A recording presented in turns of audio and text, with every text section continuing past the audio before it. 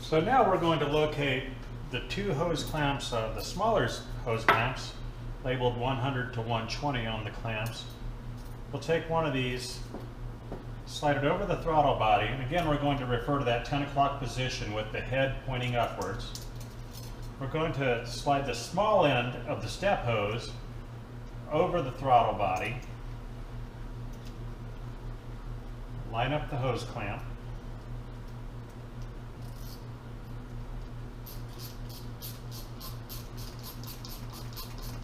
on the bench it was easy to see how a hose clamp can be crooked and we don't even know it. So we're really going to pay attention to the position on the bottom of the throttle body.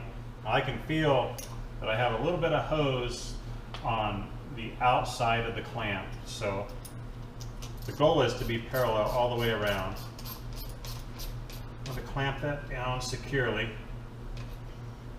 Be careful not to over tighten. These clamps will strip out. Now we're going to take the other clamp, just slide it in position with the head lined up with the clamp you just installed.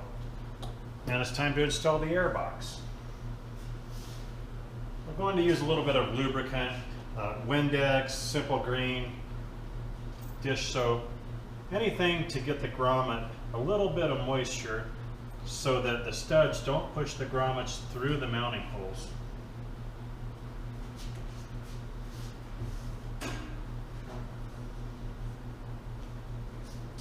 We looked at the top contour and you can see where this is going to line up with the hood, and there's a lot going on with the hood, but this does mate to the hood the entire way. Let's look at the bottom, the part that people don't always look at. Down here we made a step because there's a lot of clearance issues down there, a lot of hoses, so we stepped inward, and this runs with the stock inlet. So we're utilizing the entire stock inlet, butting this up to the stock inlet, clearing the hoses and such here, sealing to the fender here. So what we have is basically an enclosed air box giving you a lid, which is the hood, and maximizing the space around the filter. So with this car, it's very important to have good airbox volume. This is also allowing us to run a large filter. You can see the 6-inch inlet there. So we're going to line up the air box without pushing down. I want to line up all three studs so that all three studs are centered on the grommets. I'm going to look around, verify that. Now I'm going to push down, applying even pressure. Push straight downwards, and you should feel the grommets seat. Now we're visually going to check just to make sure that they're all three seated. And the bracket should be resting on top of the grommet. And it is. So before we proceed, I want you to take a quick look at the airbox. You're going to see the seal I was talking about and how we made up to the entire air inlet opening there.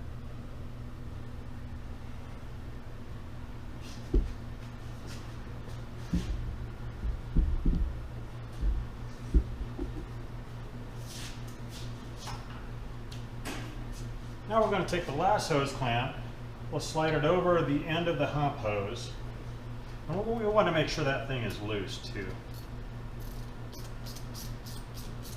This process really needs to be followed to a T. There's not much clearance here, so we want to make sure that this installs properly.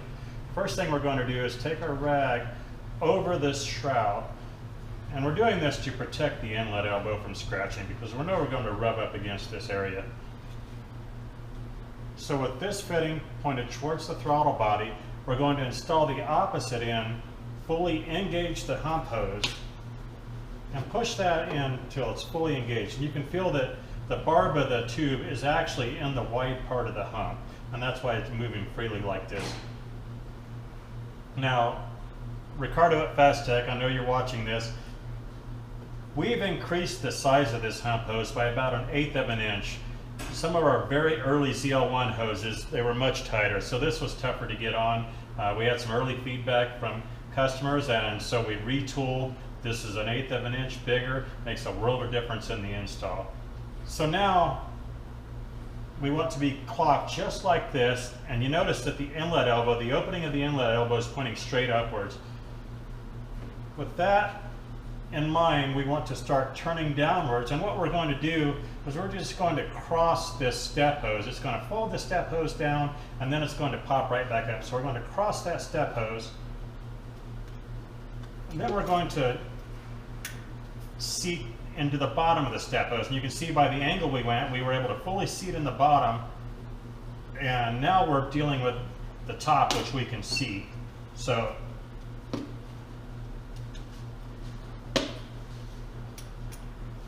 if necessary, you can use your small pocket screwdriver to work this silicone over the edge of the inlet elbow, but this one went on okay for me. So now I'm going to seat the elbow firmly as far as I can against the throttle body. And then I'm just going to make sure that the entire thing is straight and not cocked and in a bind. So from the angle you're at, you can really see that our intake track, we have the radius entry coming into the mass airflow sensor housing, creating a good entrance and presentation to the MAP housing area. We go straight, large radius. We've squeezed the largest radius in we can and still fit the car. And then our oversized tube actually is larger than the outside of the throttle body, but the ID of our tube lines up with the OD of the throttle body. So it's really a nice flowing system.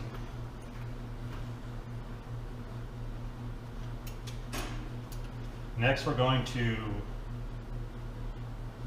align these hose clamps. Like the others, make sure that we have a little material on the outside of the clamp so that we get some compression there on the silicone itself.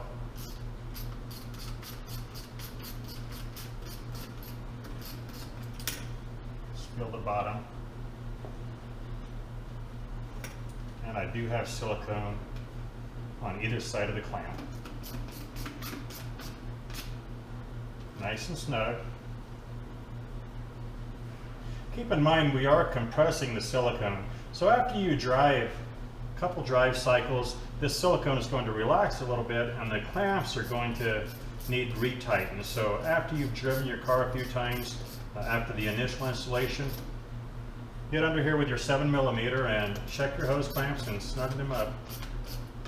I like to check them just about every time I open the hood. It's a good idea just to have a look, make sure everything's where it needs to be, make sure everything's tight, and just give them a little twist to make sure that they're good and snug. Okay, now we're going to install or reconnect the breather line, and you will be able to hear a click, an audible click. So you just start this thing on straight, and on the back of the breather fitting, just push. You should hear that click, and you can pull on it to make sure it doesn't come out. It should be latched, and it should require you to push on that lever or that button again to remove it. The next thing we're going to do is install the MAP sensor. Now again, do not use the stock screws. We supply the machine screws. It's an M4 machine screw, and the stock screw will seize in the brass fitting and you won't be able to get it out. So install the sensor, and we're going to start with the top screw. I like to just insert the screwdriver in the screw and actually use the screwdriver to start the screw. So I started with the one most accessible, and I'm running it almost all the way down. Don't tighten it, but run it almost all the way down, and it aligns the sensor. Here's an advantage to the longer screwdriver. I can go under this hose into the head of my screw and achieve good alignment with the screw.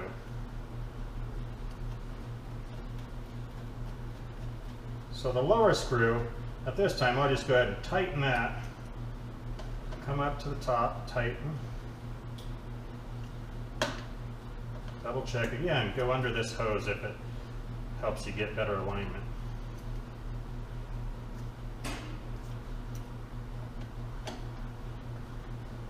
And just make sure that this wire is down out of the way and that there's a little clearance there.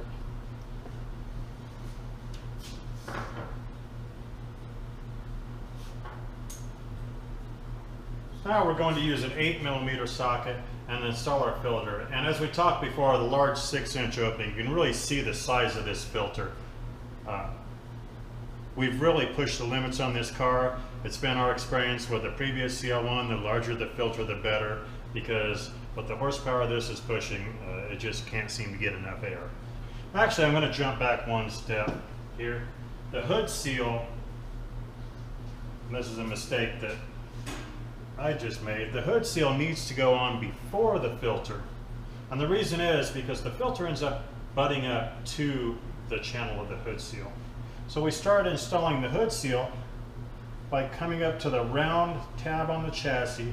The hood seal starts right there to achieve a good seal to the hood. When we work our way around,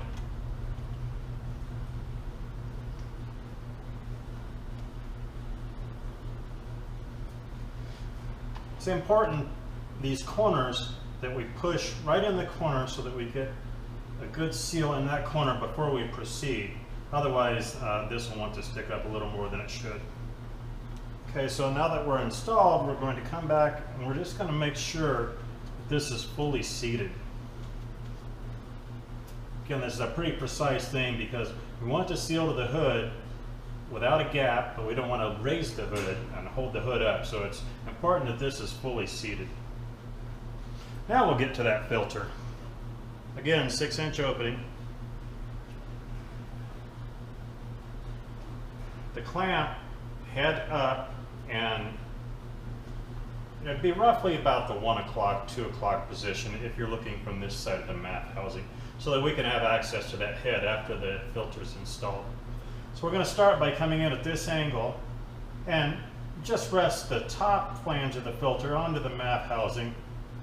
And once it's rested on there, just work the filter onto the housing. It slides on there quite nicely. Keep in mind that it's nearly touching this frame member, the fender well, the air box, and this flange on this side. So everything is tight, but it is designed to fit and give you all the filter that you can possibly have with this car.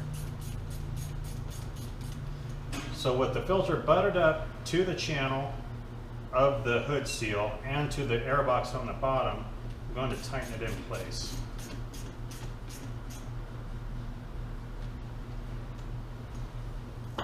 So now, just to double check, we have our 4 hose clamps. We want to make sure that our hose clamps do reveal some silicone on each side, but they're not clamped on the barb. You want the silicone, the clamping surface, to be on the inside of the barb, but yet have some silicone revealed on the outside of the hose clamp.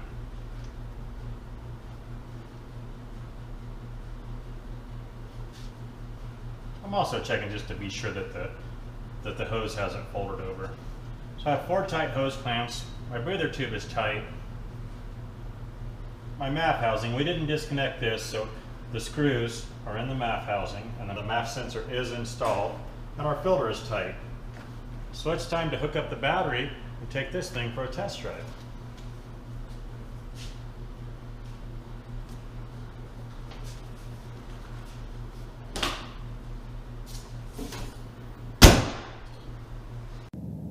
Today we're driving a 2017 Camaro ZL1 with the Roto-fab cold air intake just installed.